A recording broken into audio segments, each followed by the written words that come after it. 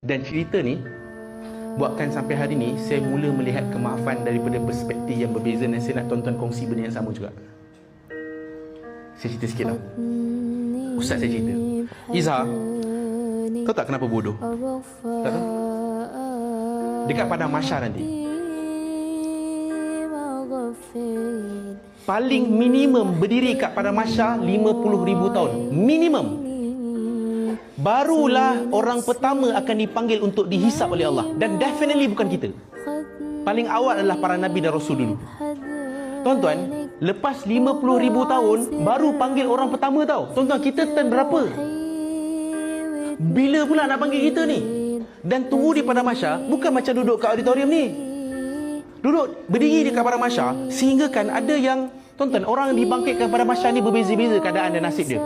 Ada yang berjalan guna muka, ada yang jalan sengit, ada yang berbogel, ada yang dalam keadaan wajahnya seperti haiwan, dan dia berdiri matahari tegak atas kepala, ada yang tenggelam dalam peluk sendiri, dan memang semua sempit dan terseksa. Sampai kan ada di kalangan pada penduduk mahsyar ni, dia kata apa? Ya Allah, campakkan kami terus dalam neraka, ya Allah, kami dah tak tahan dah. Punya seksa dekat padang mahsyar. Tuan-tuan, tak payahlah sebut merangkak jumpa aku kat padang mahsyar, sebab ini perkataan orang sombong.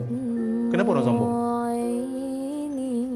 Merangkaklah kau jumpa aku kat padang mahsyar, macam kau ni pasti sangat je dia je yang merangkak. Kalau kau pun merangkak,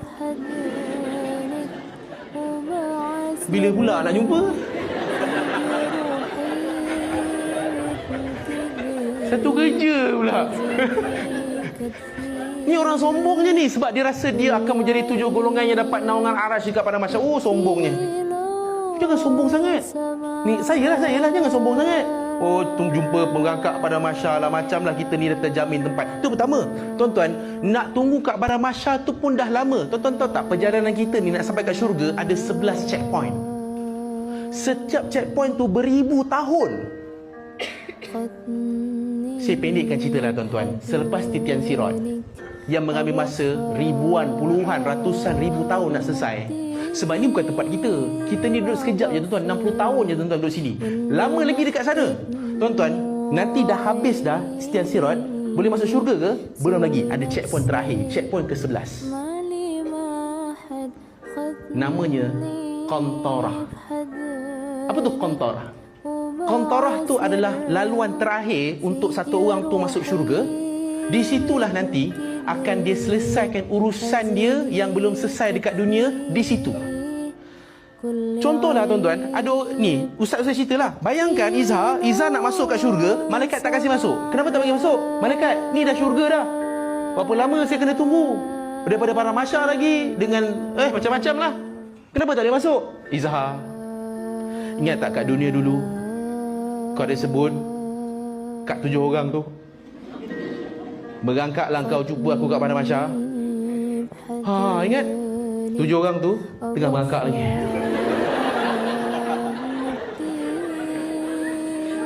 Tuan-tuan, kena pula jenis dosa banyak, tuan-tuan. Berapa lama pula aku nak kena tunggu?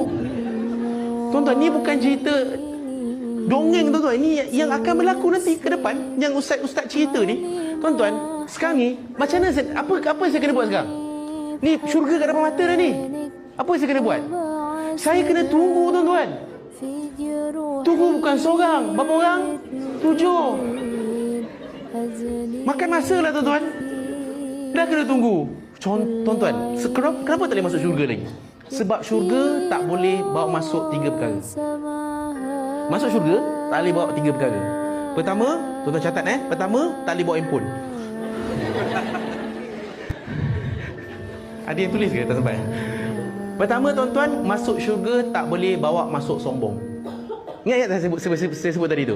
Ahli syurga semuanya tak ada sombong. Sebab tu iblis dihalau daripada syurga sebab ada sombong. Sebab tu semua ibadah yang kita buat ni untuk buang apa? Untuk buang sombong. Baru layak masuk syurga. Itu pertama. Kena buang sombong siap-siap baru boleh masuk syurga.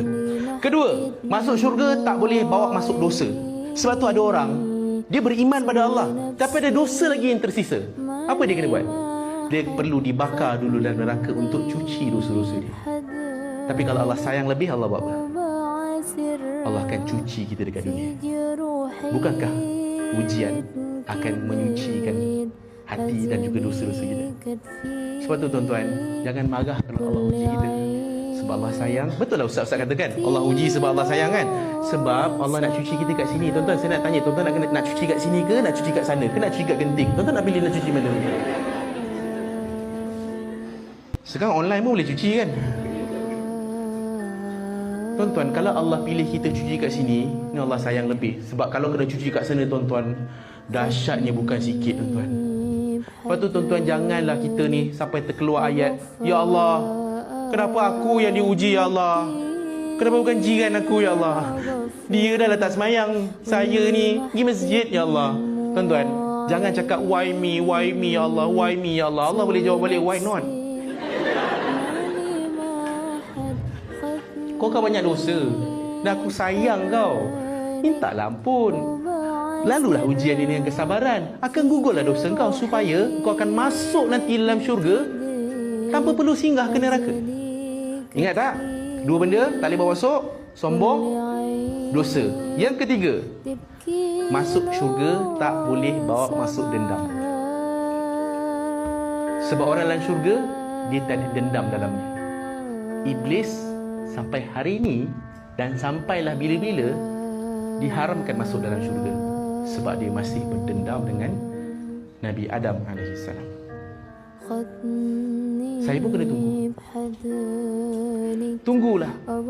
Datanglah seorang, merangkak seorang, cukup 7 depan saya ni. Sekarang saya nak tanya, saya kena buat apa? Selepas berapa ratus ribu tahun saya tunggu, sekali 7 dah sampai. Kau ni dosa bukan main banyak. Kau ni lama sangat aku tunggu dia. Contohlah. Sekarang saya nak tanya, saya kena buat apa tuan-tuan? Apa yang saya kena buat waktu tu adalah apa yang saya boleh buat sekarang. Tapi saya tak nak buat. Kenapa? Sebab ini. Sekarang siapa yang rugi? Sebab tu saya cakap, memaafkan bukan untuk kebaikan dia, tapi untuk kebahagiaan kita, kebaikan kita.